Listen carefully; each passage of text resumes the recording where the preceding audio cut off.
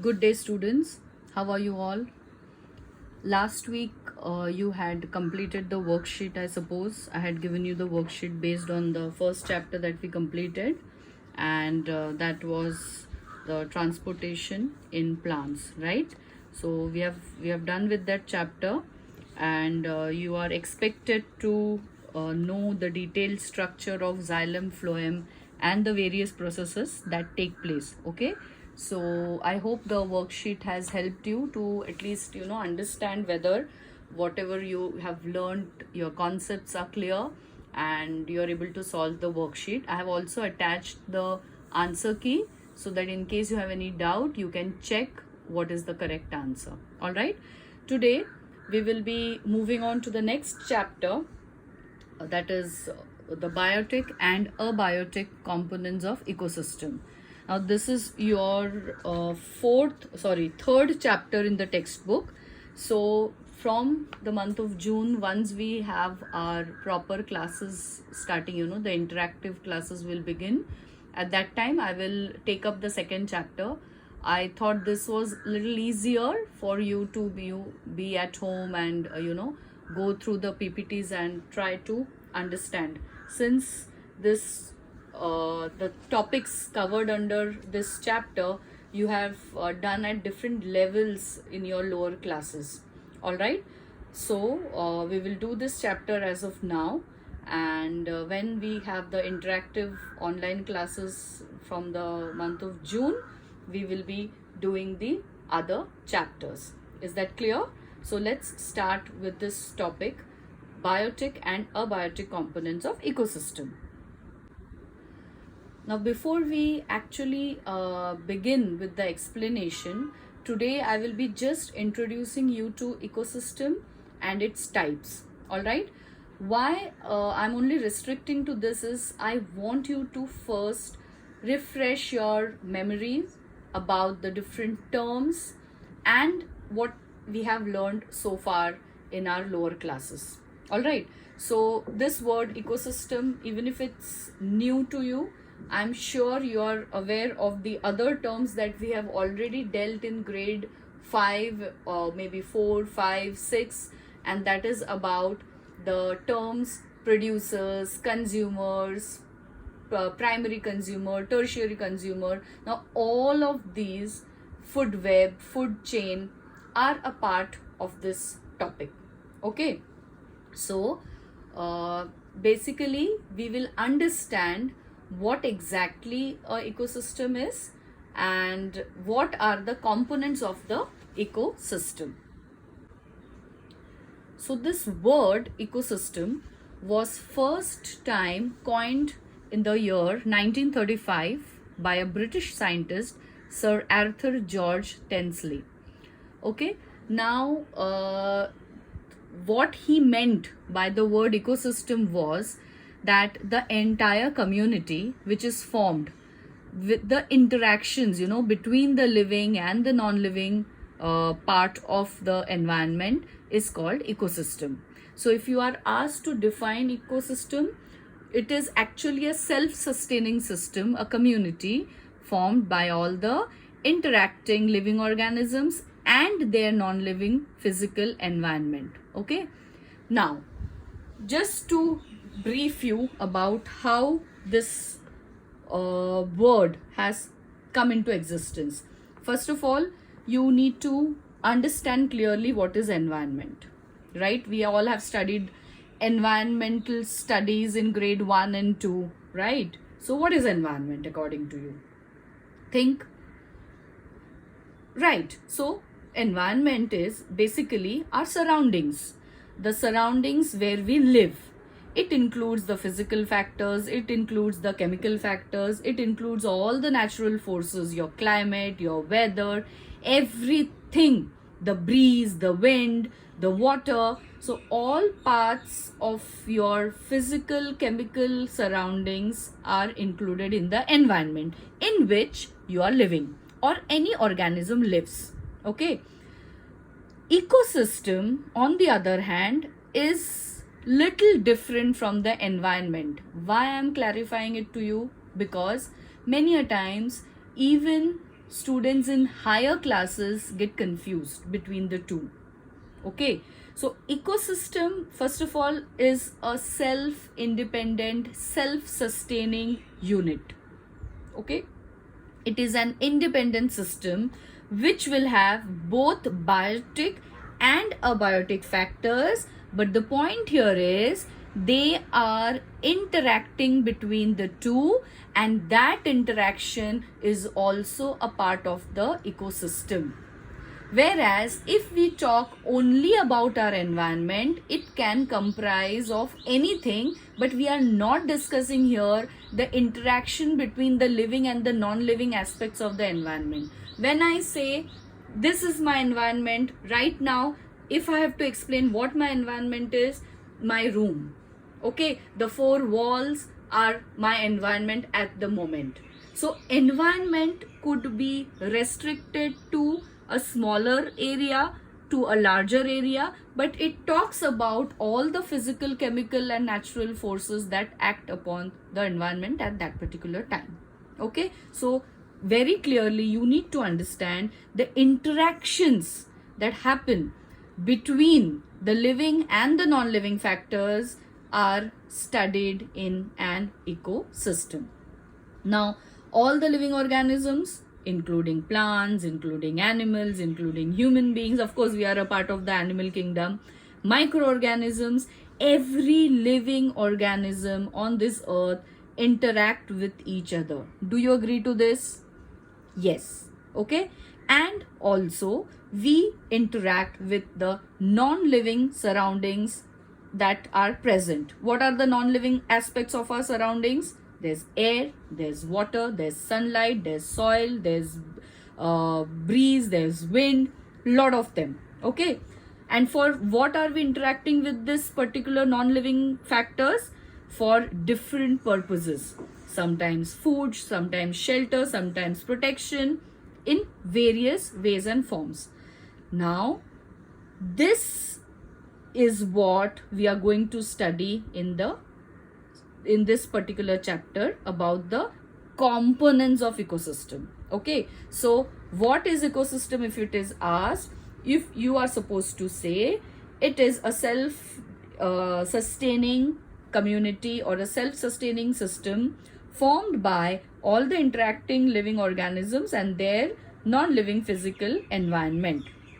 All right, now there is one more term, ecology. Again, ecology. Logy is study of the ecosystem. So it's a branch of science that deals with the relationships and interactions between the organisms in our surrounding. So ecology is one more aspect where, you know, people who take up ecology study exclusively about these interactions between the organisms and their surroundings. All right. So look at the energy flow here. The sun is the basic source of energy, then it moves on to the autotrophs and then to the heterotrophs. I have put forth in a very, very brief manner about the flow of energy. We all know that solar energy is the only form of energy that is sustaining life on this earth, and it is this solar energy that gets converted into various forms, basically chemical energy, right, which enters the living world, and from there it is passed on to various levels, right? So when I say the autotrophs here, that means all those plants which are able to trap the solar energy, get it converted into food in the form of, what is the form in which the solar energy gets converted into? Glucose. I hope you will never forget this. This is very, very basic, right? So that glucose then gets transferred to the entire living world. So autotrophs, auto, self. What is troph meaning? Feeding, form of feeding. So all those organisms which are self-feeders, autotrophs. That means all those plants which are able to trap the solar energy. Now I'm not mentioning here all the green plants because that is a very commonly used term. There are plants which are non-green, which have other colors of chlorophyll and yet are able to do so. That is why I am mentioning here autotrophs. All those plants which are able to trap the solar energy. Then the next level from autotrophs, it passes to heterotrophs. Now if you look at the term heterotrophs, it is a very, very vast term. Vast because hetero means different and troph means feeding. So in heterotrophs, we will have the entire living world minus the plants, right? So it includes your herbivores, your carnivores, the omnivores, the saprophytes, all of them, the detrivores, right? So these are huge terms, but yes, we have already studied about this herbivores, carnivores, omnivores in your lower classes, right? Let's just have a quick recap of the words. Now, first, who will be feeding on the plants? Obviously, the primary consumers, the first level consumers, who are the herbivores, directly dependent on the plants. Then come the carnivores, which are the secondary level of consumers, the secondary consumers, and are dependent on the primary consumers, correct? So that means the carnivores are indirectly dependent on the plants, right? And then we have the omnivores, who are feeding both directly on the plants as well as they are also carnivorous. Okay, so that is the third category. Then we have saprophytes, like we have your fungi, which neither can produce its own food nor can, it's not even considered to be carnivorous, because what it does, it only feeds on the dead and decaying organisms. They are called as that group which actually decomposes the locked nutrients in the body and absorbs them directly from the dead decaying, either dead decaying plant body or dead decaying animal body. They are called as saprophytes. Fungi comes in that. There are certain group of bacteria which are also considered as saprophytic, right? And then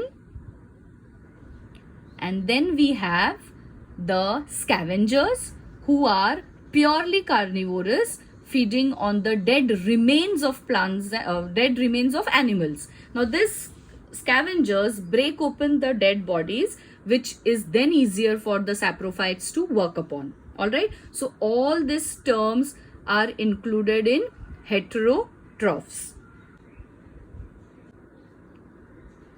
Let's have a look here.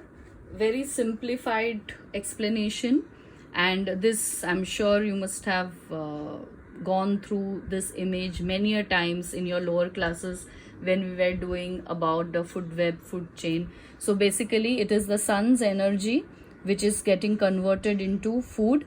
What is the process? Photosynthesis, correct? So the carbon dioxide from the atmosphere along with the water absorbed by the roots, the producers, they trap the solar energy and convert it into the glucose. In that process, oxygen is evolved, right?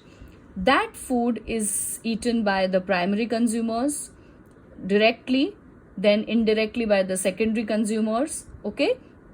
And once they die, all of them die, they get decomposed in the soil, right? And the water which is, getting evaporated from the large water bodies, the plants also, they lose water by means of transpiration, that we have just learned in the last chapter. So all that water goes up, evaporates, forms clouds, and then precipitates and comes down as rainwater, right? So again, this is a part of the water cycle. This is a part of the food chain, and how the things keep getting circulated in the ecosystem. So basically it is the sun's energy that the ecosystems are dependent upon, and from there the plants just keeps transferring it to the heterotrophs, and then in the heterotrophs also there are different levels where the energy is being transferred from one level to the next. So therefore sun is considered as the ultimate source of energy, and without this source of energy any ecosystem cannot function. So if you take up example of any type of ecosystem, it will always be the solar energy that infuses the energy into the ecosystem. All right, so you have understood what is ecosystem. I hope there is no confusion between the terms environment and ecosystem. It is basically the community formed by all the interacting living organisms and their non-living physical environment. Okay, now we move on to the different types of ecosystem. So the ecosystem can be of different types depending on where the ecosystem is, functioning: on land, in water. So the basic classification of ecosystem I have put forth in front of you. So any ecosystem can be divided into natural and artificial. Natural, yes, definitely, we all know. How can an artificial ecosystem be created?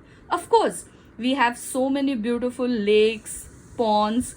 In fact, the botanical gardens, normal parks where some animals are also maintained, all of them come under the example of artificial ecosystem, okay, which is completely man-made. In fact, if you have a fish aquarium at your place, at your home, that itself is an artificial aquatic ecosystem, okay, because there are fishes inside, right? You must have definitely kept some plants also, and there is water, there is oxygen, so that there's a continuous cycle of nutrients and which will keep circulating inside the fish aquarium itself. Okay, so that is how artificial ecosystem can be explained. Now in natural, you can see that there's terrestrial, there's aquatic. So when we say terrestrial, means anything on land. So in land also there are various types. There's forest, there's grassland, there's desert. So all of them will come under terrestrial type of ecosystem. So desert ecosystem has its own source of energy. Of course it's the sun, but the type of plants will differ. There will be xerophytes, right? Like example, cacti, opuntia. So these xerophytes will be the one which will trap the solar energy. The animals, that is the herbivores, will differ there, the carnivores will differ there. All the organisms will be different in desert ecosystem from a grassland ecosystem, and again they will be different in the forest ecosystem. All right, so in terrestrial also we have many types of ecosystem.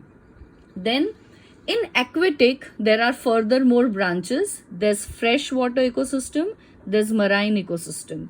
Now freshwater means the water that does not have too many salts is considered to be fresh water. All right, in this also I didn't mention the names here, though I'm going to say, because then you will frantically try to remember, which is not required for your grade. So I haven't introduced those terms here, though in fresh water again we have two types, right? So you must have come across ponds, you must have come across lakes, and you must have come across rivers. Is there any difference in the flow of water amongst all three? Right? Is it there? Yes.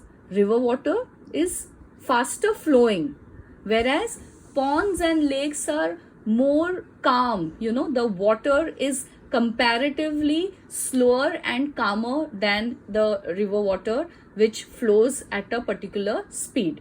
So accordingly, the names also change. For ponds and lakes, which is having slow moving water, will have lentic type of ecosystem, okay, and lotic, Lotic, lotic type of ecosystem is seen in the rivers, which is fast moving. So there's lentic and there's lotic. Okay, this is just for your extra knowledge. You need not remember these names. Then in case of marine, marine is further divided into many more types, but basically you need to understand marine means what? Which contains more dissolved salts. So there are oceans, there are seas. So we have two types of ecosystem under marine. One belongs to the ocean ecosystem and the other belongs to the sea type of ecosystem, though the names there are much more, you know, bigger and difficult terms, which I don't want you to get confused at this moment, right?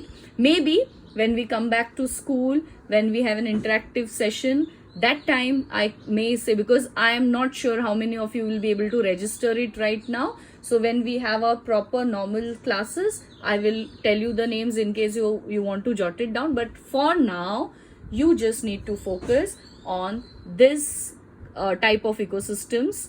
Let's revise it once again. One first classification is natural and artificial. Artificial is the one which is man-made. Okay, the natural is one which is naturally present in the in this environment or on this planet. Under natural we have terrestrial, aquatic. Again, terrestrial will have multiple types of ecosystem that you observe on the land: desert, grassland, forest, all those types. In aquatic we have freshwater and marine water. So under freshwater we have free flowing river water ecosystem and ponds or lake ecosystem. Okay, whereas in marine we have the sea ecosystem and the ocean type of ecosystem. Okay, so I guess this much will be enough for you to begin with this topic. Just try to understand whatever I have explained, and in the next class we will move on to the other terms and conditions that are included in the ecosystem. Okay, so that's all for today. Take care.